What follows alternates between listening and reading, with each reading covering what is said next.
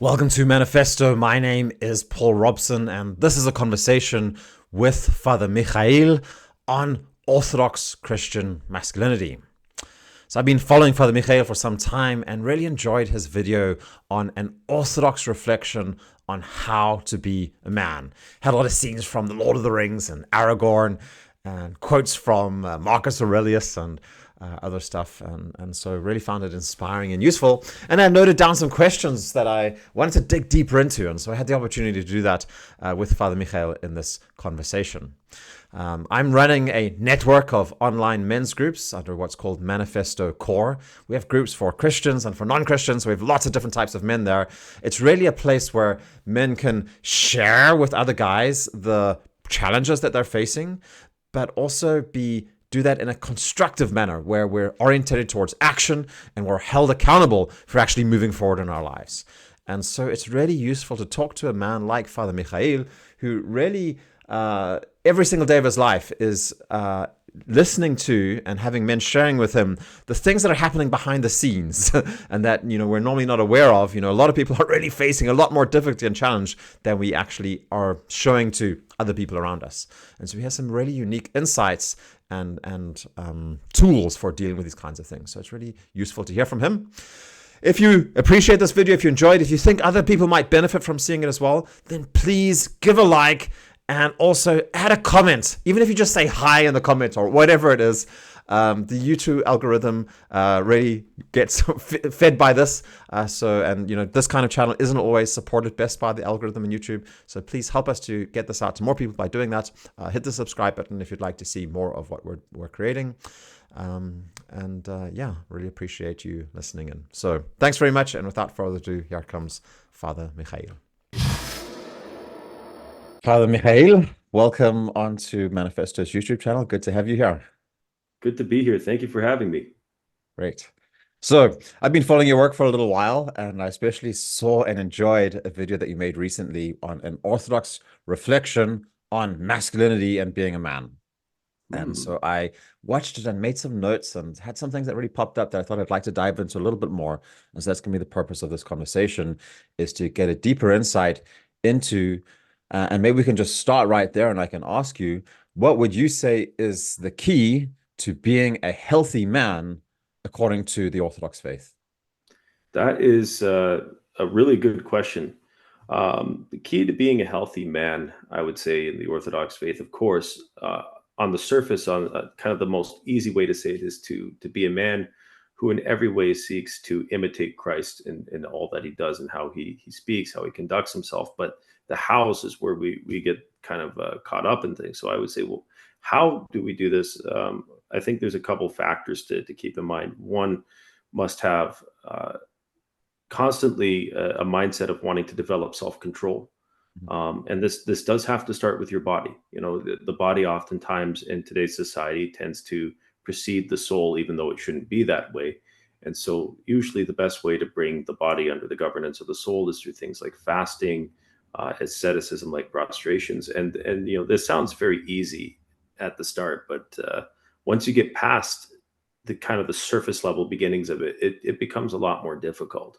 And so I'd say probably if I could maybe narrow it down to the most fundamental, important thing to being a man, according to the Orthodox faith, is to embrace hardship. It's to deny yourself, comfort, to deny yourself having acceptance potentially on a wider scale with maybe friends or even in some cases family, to abandon this for the cause of Christ and to bear your cross with dignity, and to not want to abandon your cross, but to ask God to strengthen you to bear it. And bearing it oftentimes looks like enduring trials with patience, with restraint. And this in turn yields fortitude. A lot of people want to have fortitude going into their trials, and actually fortitude is something that is earned. It's not just given. Mm-hmm. Really, yeah, it's funny how everyone says like, oh, well, being like Christ, but there's just so many different ways. Some people say, well, it's about going into the temple and like chasing everyone out with a whip, or it's about being meek and mild and patient and inclusive. But yeah, that certainly, I think there's a yearning in young men today for someone who can tell them like, hey, there's something that needs to be done, and embracing hardship is it's just something that we don't get to hear a lot of the time, right? And I think Yeah, that's and it's only by embracing that you kind of develop that fortitude, that solid disposition that allows you to be able to bear it. And a lot of people think they want to be, using the term colloquially, not using it in terms of the actual school of philosophy, but people think, as a man I should be stoic. Well, you know, to kind of develop that solidity, that steadfastness in the face of hardship takes practice.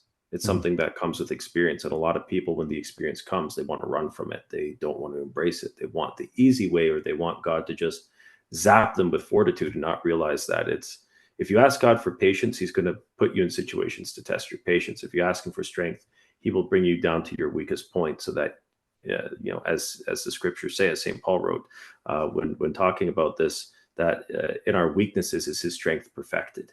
Mhm. So it's one of those things where we have to embrace momentary weakness in order to shoulder much greater burdens later on. Yeah. And so I guess a part of the reason why this message is so needed at the moment is because of what's happening in our mainstream narrative out in the culture, according to masculinity and what. So what would you say? What's happening? How's the mainstream treating masculinity at the moment, or influencing our understanding of masculinity? I think the mainstream narrative, and I would say a lot of this came with these modern, uh, this strange modern feminism that seems to be intent on masculinizing women and demasculinizing men.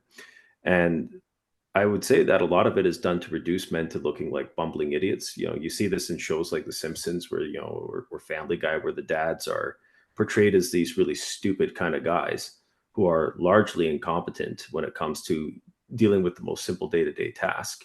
And they're really only there to kind of shoulder the brunt financially, or to get maybe the odd little household thing done. And in Mhm. all reality, being a man is much more than that. Being a man is, yes, being a protector, it's being a provider, it's also being a teacher. And a lot of the time, you get men who complain about their wives, kind of like what you see in a lot of mainstream media, and it's usually over something ridiculous in the media. He's usually begrudging her success or something stupid like that. But in all reality, the part where men struggle the most with their wives is nitpicking aspects of their personality, or misappropriating the understanding of what St. Paul says when he says, women, submit to your husbands, but husbands, love your wives as I so love the church. And ultimately, what this comes back down to is self-sacrifice. A lot of the time, we don't realize that we're the progenitors of our own problems. And a lot of this is because we're following examples that we're seeing in the media of effeminized men, of men who are constantly seeking hedonism.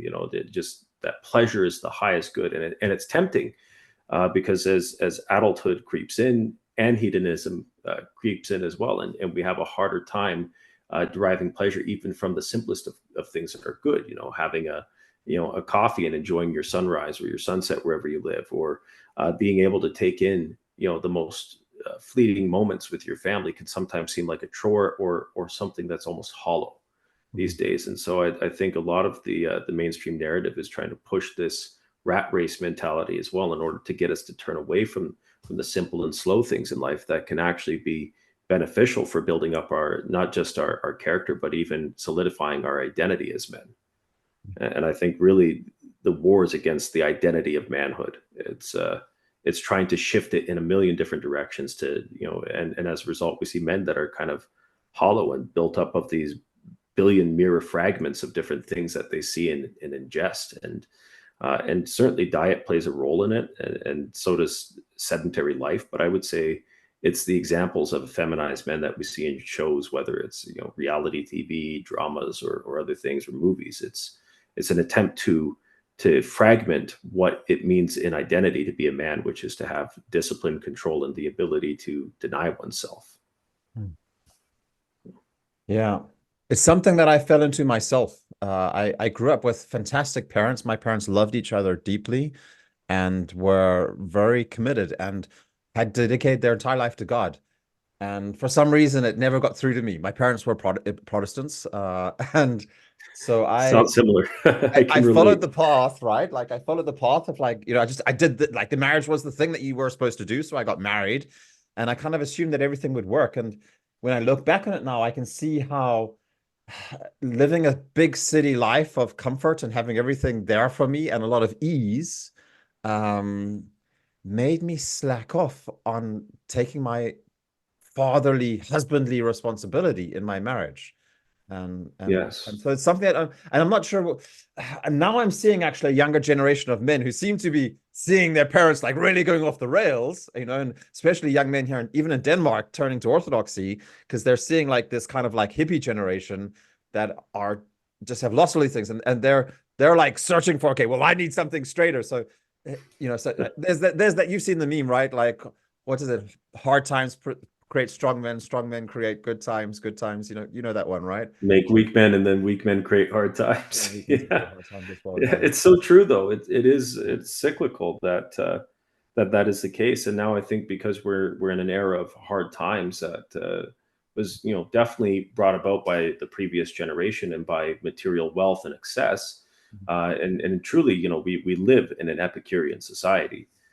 Now men are looking for the natural antithesis to this, which is to struggle. It is to find meaning in their day-to-day lives through effort and through yielding the rewards of those efforts. And sometimes it can get carried off in the wrong direction, or sometimes we can lose sight of the royal path and end up indulging in ourselves in ways that we necessarily don't expect. Mhm. So it's something where we have to be constantly on guard to not let ourselves be taken too far to the left or to the right, as St. Paul would say, but to walk that royal path, that narrow way. And that is probably the hardest thing because it requires strength of character. And that's something that we kind of are avoiding a lot still these days. We can be like, oh, being a man just means going to the gym and getting super big and muscular, or being a man means working and making a ton of money. And there is a royal path in these things. Money in of itself, having a good career is not a bad thing. Going to the gym is not a bad thing. It can help you build character. But when it becomes for the purpose of vanity or an obsession to the point where you're afraid to eat a cookie, you know, and yeah, you should probably avoid those sugars. Terrible for you. But it has to come from the right place. It shouldn't be that, oh, this will make me fat, or this will destroy my abs or something.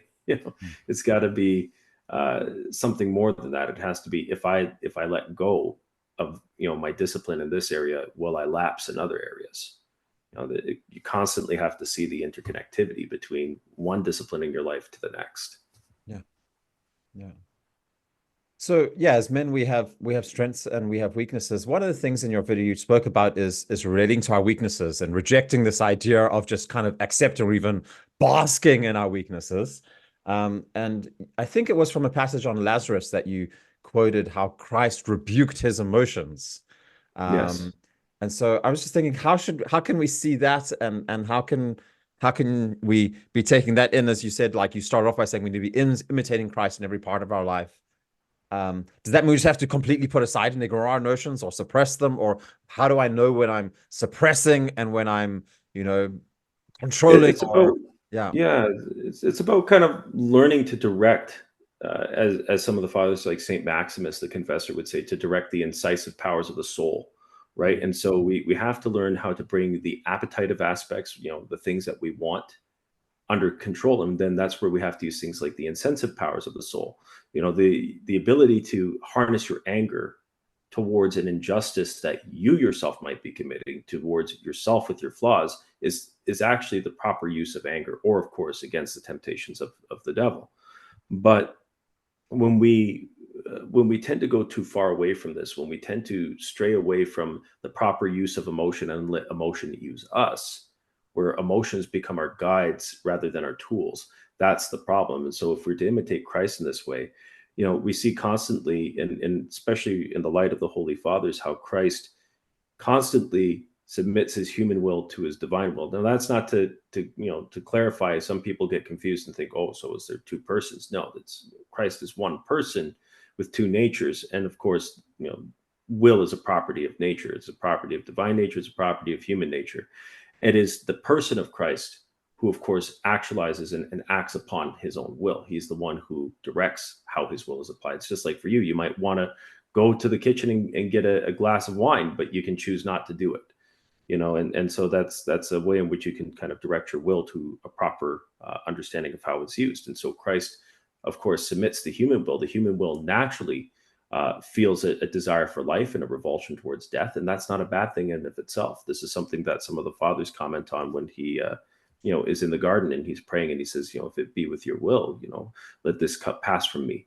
But he's showing us how to bring our human will into alignment with divinity, with God's will. Mm-hmm. And so it's not by my will, but by yours. And so what does Christ realize? He knows that the death of Lazarus is ultimately for the glorification of God, for his glorification, and that these mighty works that are wrought are salvific, that this is something that will benefit many others. And so Christ submits that natural human inclination towards sadness with the separation of the soul and the body, and is able to instead focus more hardly on what, showing us to focus more hardly on what is the will of God, how to put God before us in all these things, even in trials that are difficult. It doesn't mean you're not allowed to, you're allowed to not have feelings or anything. You should embrace your emotions in a healthy way, but use them as tools. You get upset about something or sad, you look at where this is coming from, and then use this as an avenue towards being able to strengthen yourself, or to have a proper response to something, to be able to understand another person's pain and direct them towards Christ. Or when we get angry, we should direct our anger towards ourselves, our weaknesses, to the temptations that the evil one is trying to bring before us, so that we do not instead direct that anger at another person, or in a way that is wild and unruly, but in a way that benefits us.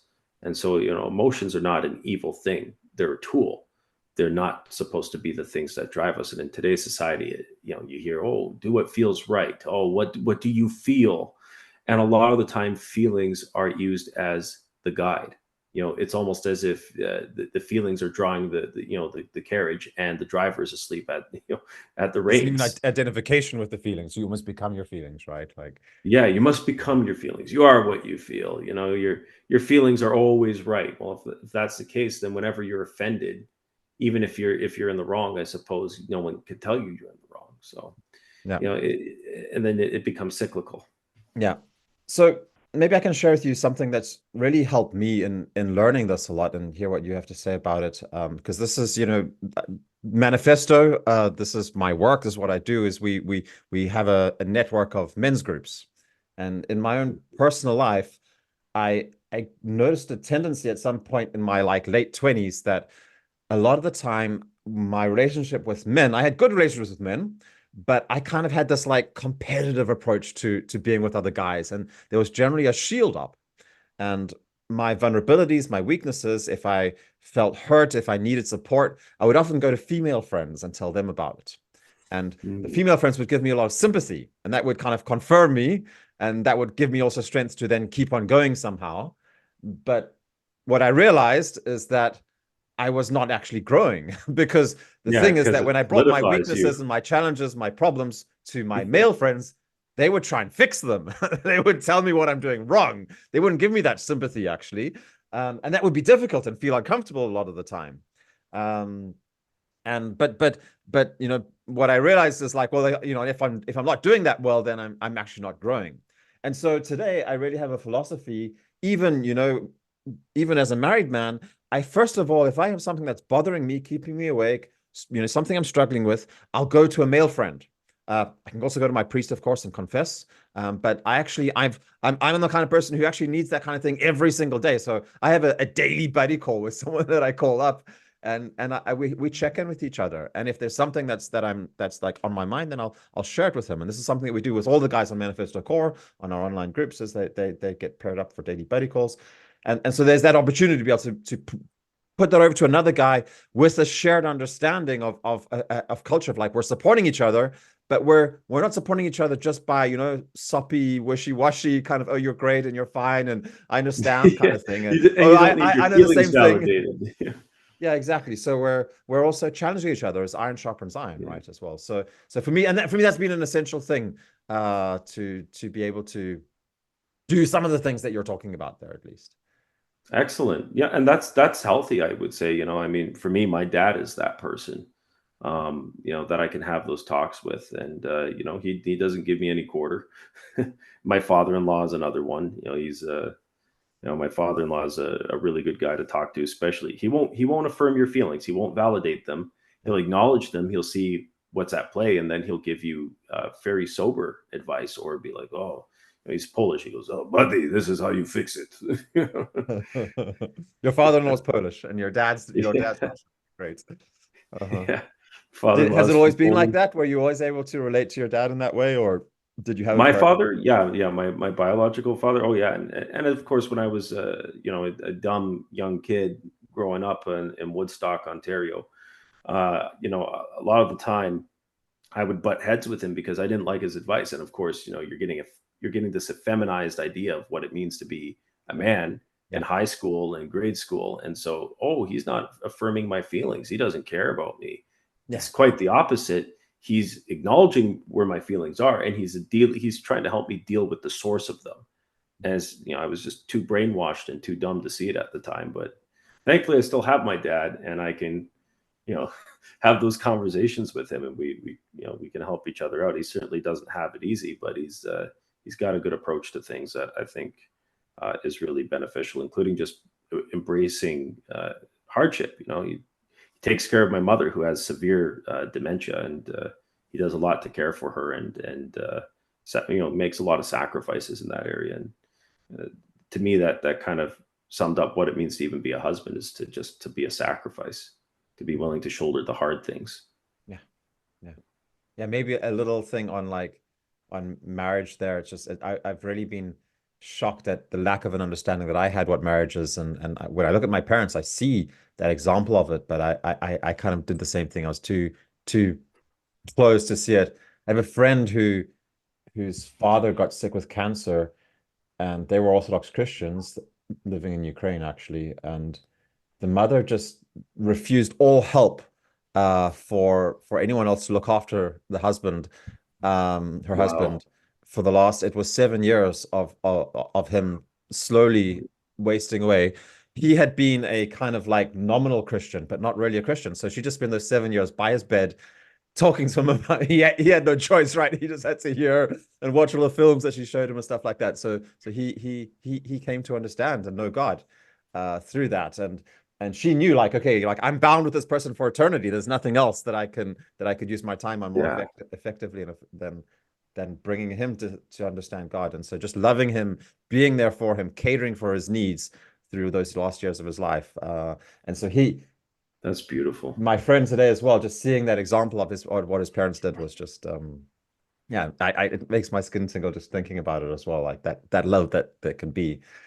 Yeah, because that's proper love. It's true agape. It's a self-sacrificing, self-emptying love that truly wills the good of the other person, and puts that first. And that's the highest form of love there is. So I think what gets in the way a lot of the time, and what seems to be driving our entire society, is materialism. And a lot of it is just, like, you could call it maybe the love of money. I have a particular man I've been talking to. I won't say too much about it, but he's really struggling with, in a very logical, rational way. He sees that all of his problems will be solved through money. He's facing some big Mm, ones right now. He's in a massive storm and he needs money. And so he thinks, and it's really hard to address this because I can't tell him, like, no, man, you need money, just trust God, kind of thing, right? Like, he'll be fine. It's like, no, those are real problems, and you do need money as well. Um, but I also think that this idea that, all my problems will go away if I just have a lot of money, it's not the truth. Uh, no. so, A lot of the time when people think that, there's certain pleasures, certain things that are making them softer, that they're not willing to give up. It's like, okay, well, you could cut back on maybe spending on superfluous items, or you could cut back on making trips to certain places, or doing certain things that might be draining your bank account, and you'll have more money for what you need to pay off. Um, and then the other option is just work harder for it, if it's possible to, if you're able to pull some extra hours here and there without going overboard, because that's the inverse of that, is you can go overboard, and especially if you got a family, you could end up destroying your family life. And then what does that accomplish you? Sure, you have more money, but now you have less value. And so you have to kind of balance it out. But usually the first thing that I tell people, if they come to me with this, is that they need to look at maybe considering cutting back on certain things, cutting certain things out that aren't necessary, and then that way they can make do with a little bit more in their pocket, because they're doing with less. So yeah. Yeah. Yeah. Okay. Yeah, maybe that's good enough there. Um, in your video, then you spoke about how the obstacle is the way. And this is something that I think I've also seen it in, in several different contexts. Um, so for example, I know a guy who's facing a divorce and possibly, very possibly, like the wife wanting not just child support, but also support for herself as well.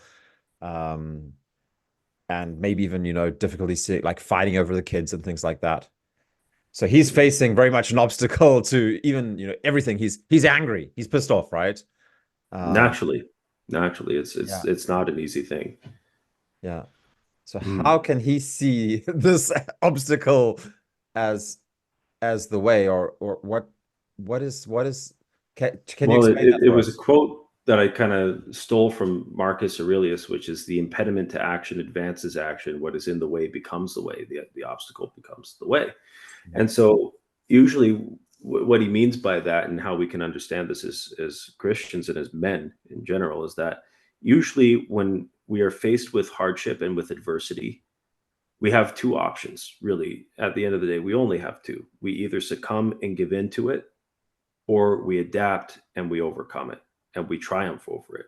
Now, sometimes in a case like this, the impediment to action that advances action, the divorce may seem like that, but that obstacle can quickly become a way towards refining your life, to making better choices, to maybe looking deep within yourself to see what are your insufficiencies. Because whenever there's a divorce, now, usually both parties have some kind of responsibility. Now, in the case of adultery, that one is a little bit harder, because sometimes adultery happens on its own with people, and then the person is more than within the right to want to separate from the offending spouse. Even Christ says this. He says it's acceptable to put away one's wife if they're in adultery. But in a case where it's a little bit more complex than that, which most divorces are much more complex than that, Mhm. uh, it's oftentimes a way that you can see this impediment to action, the action of carrying forward a normal, healthy home life, raising children together, is looking first at what is the initial cause of the divorce, and then structuring a plan if you want to avoid this from happening, coming up with a plan, maybe with your priest, or with someone else who is going to be far enough removed from the situation to be a neutral third party, but to essentially come up with a strategy for self improvement, to become what you need to become. Because a lot of the time, us men, and a lot of men that I've helped, when they're facing divorce, it's usually because there's a shortcoming. There's usually an issue at play in their own character, usually in how they identify as a man, Yeah. that is causing this issue. Sometimes he's lazy and he doesn't contribute. Sometimes he's too self-pitying, he doesn't listen to the wife. Sometimes it's that he's not even spending enough time with her and the kids. And so this impediment, this obstacle, can actually become the avenue to your self-improvement. It can become the way in which you rise out of the muck of your old life and start to structure something new, start building a new life. Yeah. But you can't do this without breaking ground, and breaking ground can be really difficult. It can be a huge trial. And so, we have to look for, in any situation where we're impeded, we have to look for, what can I do to benefit from this? What can I do to become stronger from this? You don't grow stronger without having resistance, right? Mhm. You need to have something to push against. My wife and I, we like to go bouldering, and we like to climb. And so, a lot of the time, when you're trying to solve a boulder, a path, you have to look at what you're doing wrong first before you worry about how you're going to do it right. And then once you eliminate those problems, it becomes a lot easier to execute the boulder path correctly. So it's one of those things where we have to constantly kind of approach it like that and think, okay, I failed in this area. Where am I failing? Not just jumping to how can I succeed? Because if you try to succeed with all the old factors in place that are going to hold you back and cause you to fail, all the passions or whatever else you're struggling with, you'll never advance. You'll never be able to overcome this obstacle and turn it into an avenue. Yeah. Maybe I can ask you, Father Mikhail, are your parishioners primarily or converts, or people of like more international descent, or are you dealing a lot with like a Russian community? When I was first ordained a priest, I predominantly was serving in a mainly Russian community. Yeah. And people who were either from old immigrant stock and had grown up here, or people who were fresh off the boat from Russia. Okay. And I do have some ethnic Russians from Russia in my parish, as well as Moldavians. But most of the people in my parish are converts. Yeah. Most of them now, and here in Lethbridge. But back in London, it was actually the inverse of that. Although the converts were coming in pretty quick, especially post meme virus. So yeah, there's a lot of stuff happening, especially the churches that were able to withstand the draconian pressure for all kinds of weird and wonderful things to be doing because of Russian Orthodox virus. are very good at finding ways to withstand draconian pressure. Yeah. Okay. The The reason I history of ask it. is because certainly I see, like, in the kind of especially globalized West, which I've been a part of for many years, and I think is very much strong in Canada, of course, is Okay. this understanding. It was, I think, been very well encapsulated by a guy called Dr. Robert Glover, who wrote a book called No More Mr. Nice Guy. I don't know if you've heard of that book. Mm-hmm. I've read that book, and when I first read it, I really felt like he put his finger on a lot of stuff. And more, I've actually become a little bit skeptical of some of the things, some of his approach, because I feel like it while it captures some things, it kind of the pendulum swings a little bit, because the No More Mr. Nice Guy, yeah, it can be interpreted in different ways. So, but basically, I think one of the core things that I think he points out is what he calls covert contracts. Is that I kind of make a covert, unsaid contract in my mind with another human being that if I do this and this and this for that person, and I think that especially men are doing this in their marriages a lot of the time. They think, well, if I'm just like a really, really nice man, and I do all of these things for my wife, then she's going to give me, she's going to stay with me. She's going to, be a good wife for me. And Yeah, there's, a but lot of men. they're not actually able to, when their covert contract isn't met, then they get upset and offended and everything like that, and they get angry and they maybe even explode, and then And then you got afterwards to they feel pick up the guilty about that, pieces. and then they go back to being the nice guy again and stuff like that. Yeah. So I just noticed in your conversation, in your video as well, you used as well, like, there was this one quote which I felt was really strong. I was like, "You're a man. You're made for battle, not for comfort." And generally using like a lot of war metaphors and like Aragorn as an example and stuff like that. Yeah. So I don't know. Do men need to be woke? Like, do we need to awake the warrior in men? Is that what you're trying to do? Would you say that? Yeah, I'm trying to get them to face hardship instead of running from it. Like I mentioned earlier, it's one thing I've learned consistently, and I'm still still learning the lesson too, is that you can't run from hardship. Christ didn't run from the cross. St. Paul didn't run from being beheaded in Rome. Peter didn't run from being crucified upside down.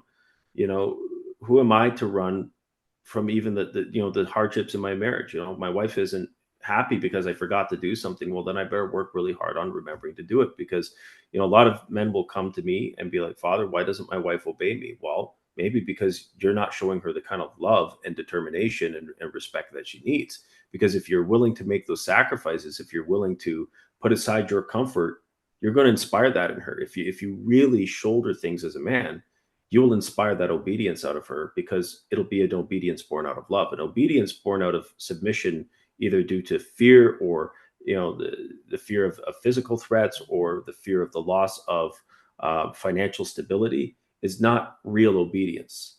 Many monastics will talk about this. Many holy fathers talk about how true obedience is born out of true love. And true love is the ability to cut off your own will for the sake of another person. And so, in the spiritual life with a spiritual father, you cut off your will and you obey the instructions of your spiritual father, because in doing this, you do obey God. Because at the end of the day, a good spiritual father is going to constantly structure things, or help you structure things in your life, to bring you back to God. And so it's the same in a marriage. If you're going to be a good spiritual head of the house, it has to be from a place of godly self-sacrifice. And that in turn will inspire that obedience out of your wife, because she'll see you obeying God, and then thus she'll want to obey you, because obeying you will also equate to obeying God. But that doesn't happen if you're lazy. It doesn't happen if you're not taking care of yourself to some extent. And it doesn't happen if you're unwilling to take initiative or participate in day-to-day home life. If you're just going to go to work and come home and remove yourself, you're going to have a very unhappy marriage, because ultimately there's going to be nothing to relate to. There's nothing to engage with. And especially if you have children, you got to engage with them. So it's it's one of those things where I would say being made for battle, being made for war, means going to war with yourself first and foremost. You're going to have days where you feel like, yeah, I don't want to get up and do this. Yeah, I don't want to go in and take the car in for maintenance. I don't want to get up and deal with the children. I'd rather go to work. These are going to be things that you're going to face, and you have to embrace them. You have to embrace these discomforts for the sake of growth and for the sake of your family. Yeah. There's also, I want to add one thing, which is I think we need to be aware that we are living in a culture which constantly questions and opposes male headship. And as like you mentioned earlier, like feminism, it's all about like the masculinization of women and the demasculization of men. And so I think that even as Orthodox, couples and marriages, we're influenced by that as well. Oh, 100%. So for me, I definitely haven't mastered this at all in my own marriage, but I've noticed that given that me and my wife both came to Orthodoxy quite late in life and were very influenced by other patterns of being, that I need to take the lead in constantly bringing awareness and investing my time and energy into actually taking leadership in my family, in decisions for where are we going on holiday, important parenting decisions for my children. There's very often my wife, from her best intentions and feeling loving and inspiring, will often want to take the lead on all kinds of stuff, because that's what she's been told to do ever since she was a tiny little girl. She was told, you need to be strong, you need to be independent, you don't need to be put under any man, right? And so, and I think that as a man, there's a path of ease sometimes of avoiding the conflict and letting her decide.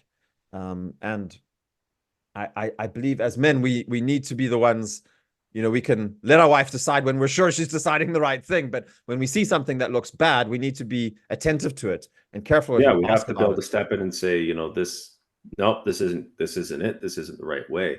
And it has to always be done, with a cool head, because if you end up giving into your emotions and flying off the rails, then she's not going to take you seriously either.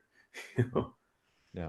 It's one of those things where, a small example from my own life, my wife has a hearing disorder. So for her, processing lots of loud noise or a lot of noise all at once is very difficult on a neurological level.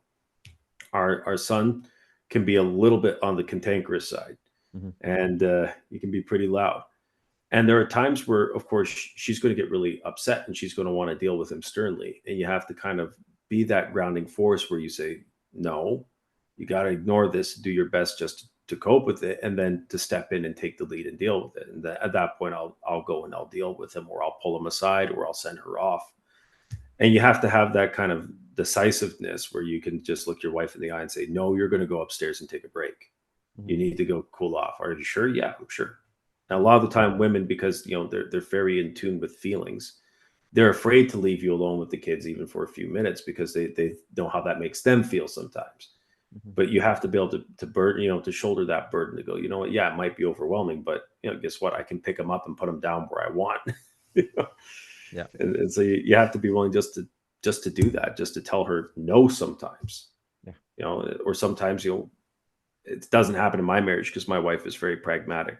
But sometimes women will want to spend more money on certain things. Sometimes they'll want to spend more money on the holiday, or they'll want to do things. And sometimes other things have to come first. And that's where, as a man, traditionally, you should be able to set the precedent and say, well, no, this is not a priority right now. And if we do this, we won't be able to afford this thing that we need. So there has to be a level of practicality. I'd agree.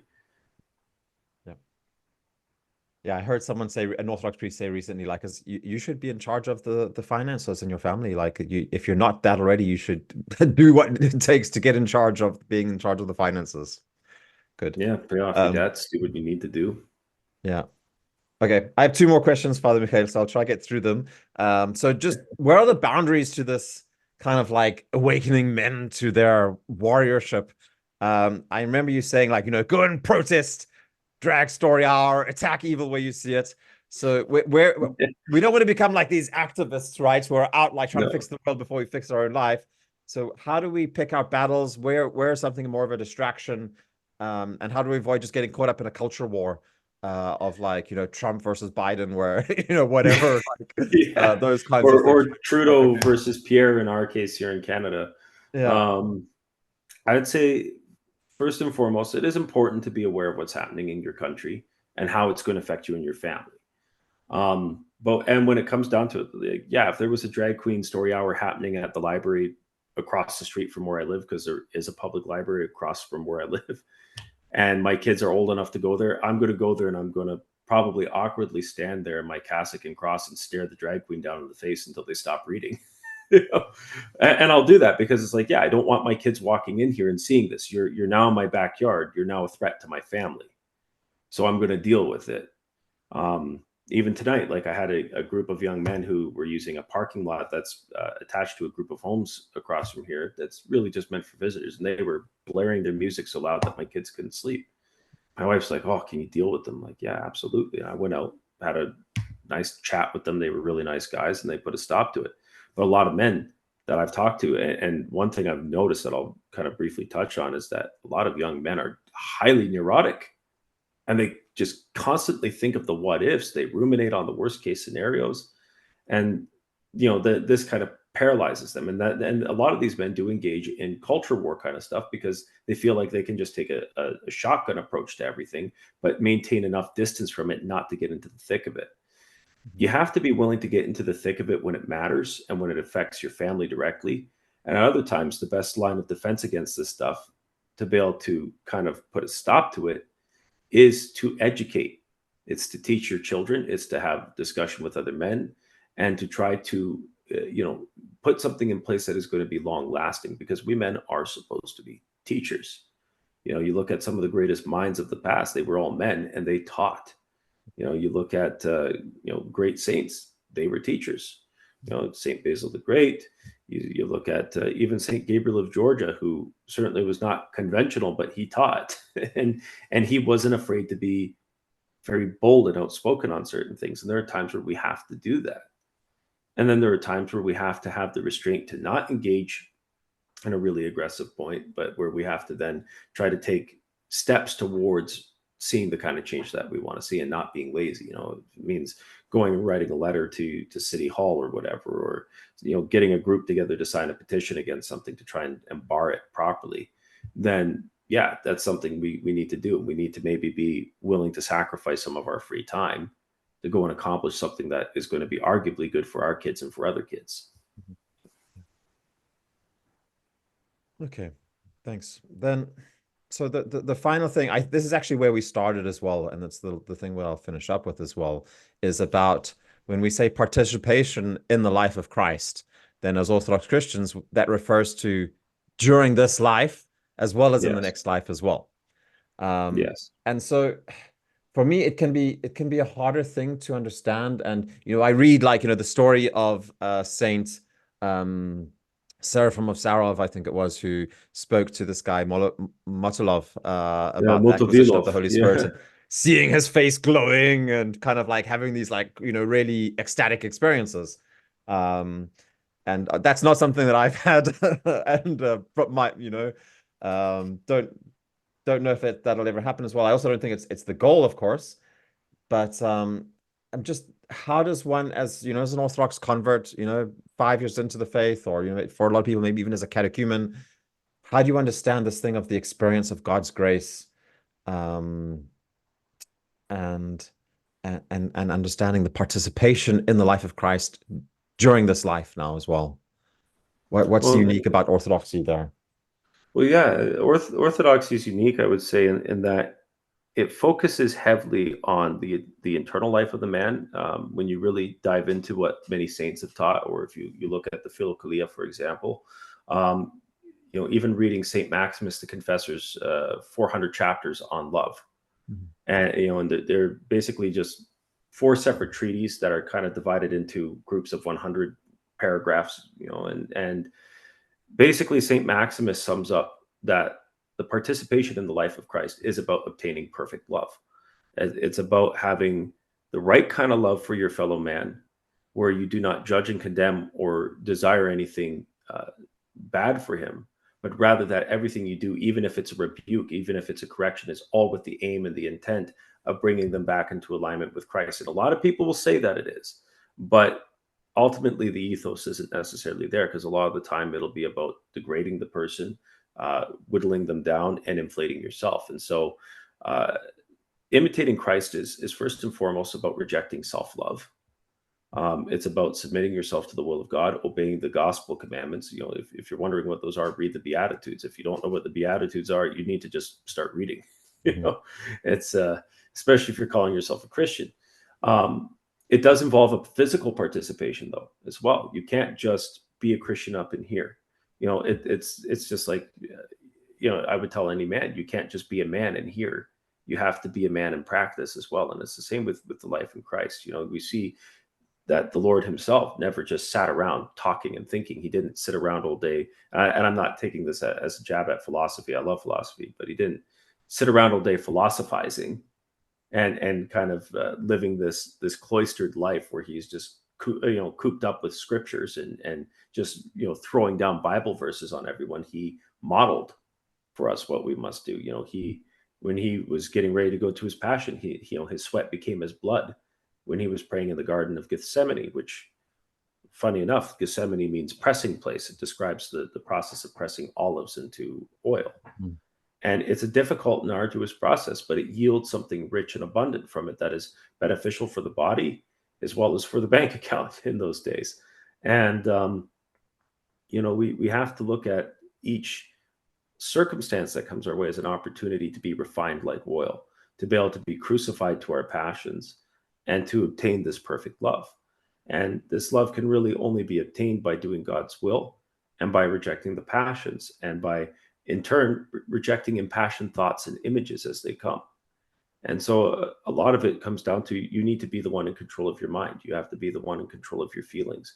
And this can only be done with the help of Christ. This can only be done with the help of the sacraments, because you're a body-soul composite. You're not just a soul trapped in a body.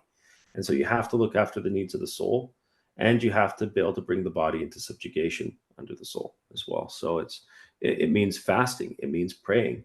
It means going to church and worshiping God and involving yourself in the services as much as possible. And in doing so, we do imitate Christ, because we set aside our comforts and our desires to attain that which is higher, to not be attached to the material things of this world, but to instead look to attach ourselves to things that are higher, which is, of course, God. And so when we do this, when we eventually graduate to this, that's when we start to have real freedom, because freedom from all the troubles of this life means slavery to God. And that's a good thing. Yeah. And slavery to God means freedom for all things in this life. Exactly. You're going to be a slave to something. You might as well be a slave to one who wants what is best for you, who wants to bestow eternal life on you. Yeah. Your creator who created not just you, but the whole of creation in subjection to. Exactly. And that's the thing, people say, I've had people say they've objected to that term that I've used, to be a slave of Christ. And I point out to them, what, you're going to be a slave to pornography? You're going to be a slave to smoking, to drinking, to the TV? If whatever you have that absorbs an incredible amount of time, you are a slave to. You are giving yourself for this thing. You're working to have this thing or to do this thing. Why not be a slave to one who does not demand anything of you other than that you break off from what you are enslaved to, which is your passions, your sin? You only have that to lose. Well, Mikhail, thank you very much for, I think that's a good place to finish off. Maybe just where do people find you if they're interested in following more information? What's on your radar at the moment? What are you kind of working on? Right now I'm getting ready to take a vacation. Great.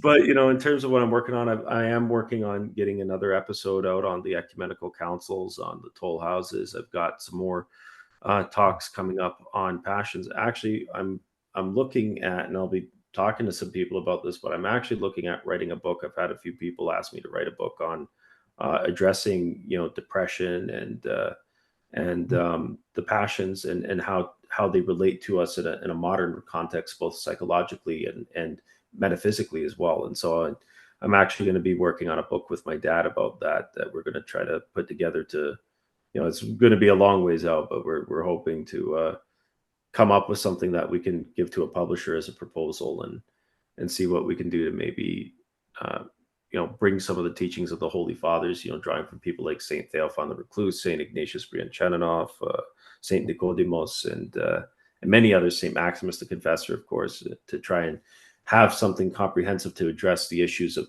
the day and age that we're living in.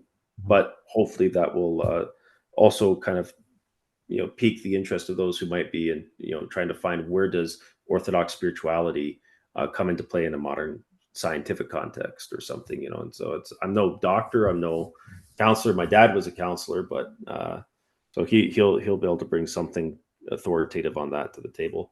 As for where you can find me, I really keep social media to a minimum. I do have a Living Orthodox Instagram by that name, Living Orthodox. You can also just find it by Googling Father Mikhail.